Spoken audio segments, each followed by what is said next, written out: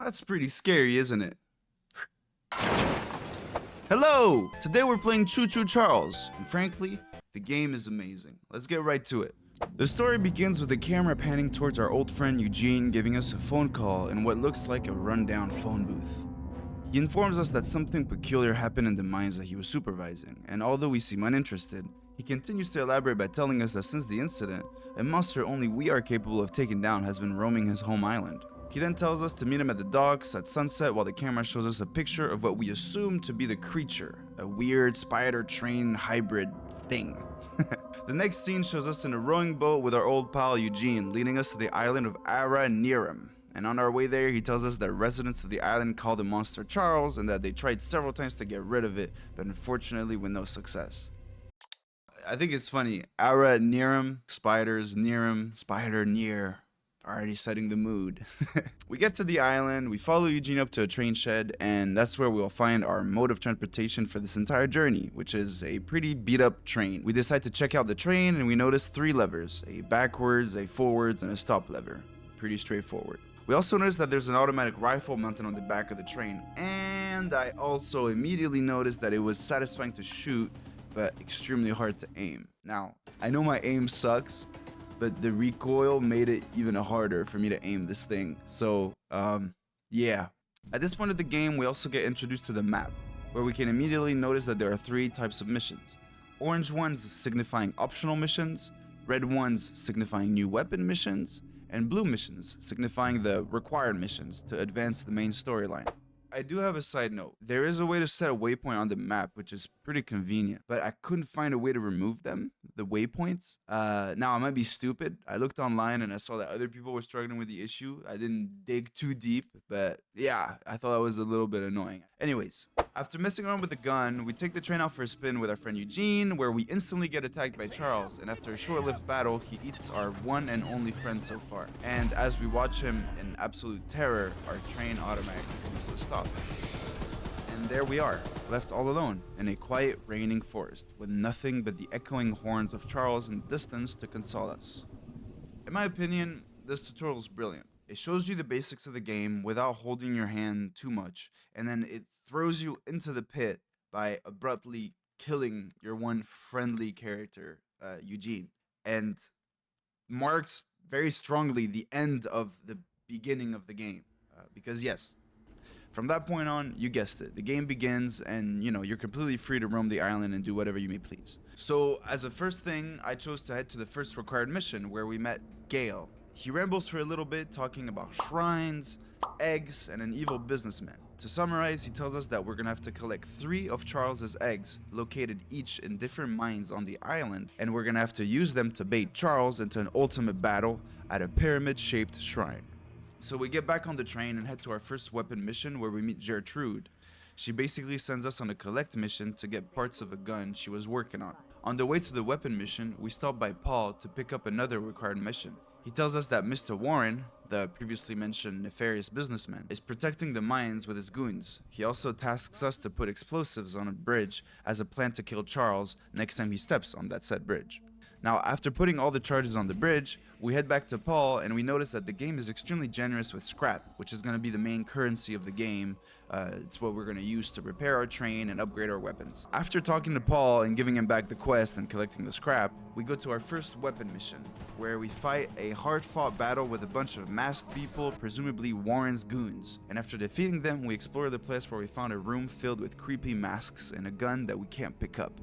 It's like the devs are taunting us. We go upstairs and found a note saying the miners are skeptical of what they're actually doing on this island. Anyways, we keep exploring and, well, this happens. He's actually there to mine something. Oh! Oh! Oh! Wow! That really happens. After dying like a coward, we respawn, get a key that opens a door that finally leads us to our new weapon, which is a slower but more powerful and accurate version of the first gun that we had, which is why I immediately equipped it. Next, we decide to do a couple of side missions so that we can collect more scrap and upgrade our train and get new weapons before taking on the main storyline. I thought about going over each mission that I did, but all the missions are relatively straightforward and fun, and yeah, I just think that as a part of the critique of the game, I just would like to mention them, but I don't think it's, I don't know, I don't think it's productive for me to go over each and every single one mission that I did. Go do all those missions for yourself. They're all very fun and very cool. Each character that gives you a side mission gives you insight on the island and the history with Charles. And I also would like to note that when you're on your journey to do the side missions, the game manages to strike a perfect balance between a calming ambiance and an unnerving feeling when you feel Charles lurking in the distance. I also really appreciated one of those optional quests that references Slenderman. The quest doesn't give you anything more than just scrap, and you can tell to my footage that I was extremely calm when I did this section. This is the first time I've ever played a horror game, so just like, give me a break. I'm gonna talk about the ending of the game now. If you don't want to be spoiled, go to this point, and yeah, see you in a second. Now, the end of the game is relatively straightforward. It goes exactly like Gale told us it was gonna go. We collect the 3 eggs, each of which are hidden and guarded in mines across the island. Those eggs were actually relatively simple to collect. It's just kind of like a stealth mission where you just gotta make sure that the goons don't see you and you can collect the egg. And it was actually really easy. After collecting these eggs, we go to the shrine and we get interrupted by Mr. Warren, and he warns us that we have no idea what we are doing. Note that this is the first time we actually meet Mr. Warren in person. Throughout the entire game, we only heard of him as a bad businessman. And there, he seems to warn us. He tells us that we have no idea what we're doing and that we shouldn't put the 3 eggs in. But obviously, we ignore him because he's a bad businessman and we think that he has bad motives and that the only reason he wants to not kill Charles is to actually abuse Charles and use him for some kind of profit that he could generate for his business. We don't know. So we obviously choose to ignore him and place the eggs in the shrine, which in turn creates a massive beam of energy that appears to charge Charles with some sort of demonic power. And from there on, the final battle begins. It's us versus Hell Charles. And this fight was tough.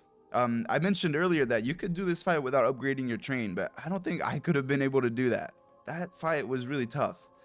And since I didn't completely max out the train, it was pretty tough for me. But still, after a try or two, I beat Charles, saved the island, and happy ending. Right? Or so I thought. The ending scene shows Charles dying impaled on one of the pillars of the bridge that we rigged earlier in the game. But the next scene shows us that deep beneath the island, Charles still has an egg ready to hatch. And as the camera pans, we realize that Charles laid an army of eggs that we can assume will soon hatch and unleash absolute chaos on the inhabitants of the island and presumably the world. That's it. Overall, this game was a pleasure. It was a fucking snack. I loved playing this game. It was so surprisingly good. And the fact that honestly almost one person did all the work for this is genius. It makes me want to give it a 10 out of 10. The only reason I wouldn't give it a 10 out of 10 is because graphics could be a little bit better, and then the waypoint, you could find a way to remove it, and there were little moments where the mechanics were a bit weird. But the fact that the team was so small, it's a 10.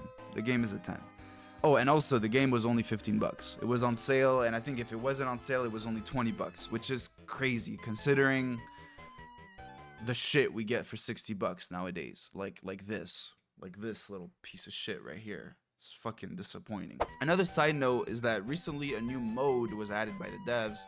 It's called the Nightmare mode. It's basically a hardcore mode. If you die once, your save is deleted, and Charles is a lot stronger to fight, and he finds you a lot easier on the island while you're completing their side quests or your weapon missions. It gives you a way to replay the game. If you're one of those players that, you know, want to explore the game further in a more challenging ways, I just thought that was a really cool mode. And it shows that the devs aren't just, you know, publishing this game and letting it rot. They're actually updating it and doing cool things with it. So that's really cool. I think that's just a really positive aspect that, you know, there's still an active community, even though it's you know, it's a small game that is a multiplayer, it's not a game online. It's really cool to see that the devs are actually working to better the game more still and add content to it. Anyways, this is it. If you enjoyed the video, the absolute best way that you can get more of those videos is by showing your support. I know that every single YouTuber says it out there, but it really means something. It helps us to like, comment, and subscribe. So if you want to see more of this content, The absolute best way you can help me is by doing that. Like, comment, and subscribe. I would really appreciate it if you did so. And once again, thanks for watching. My name is Monroe, and I'll catch you in the next video. Peace!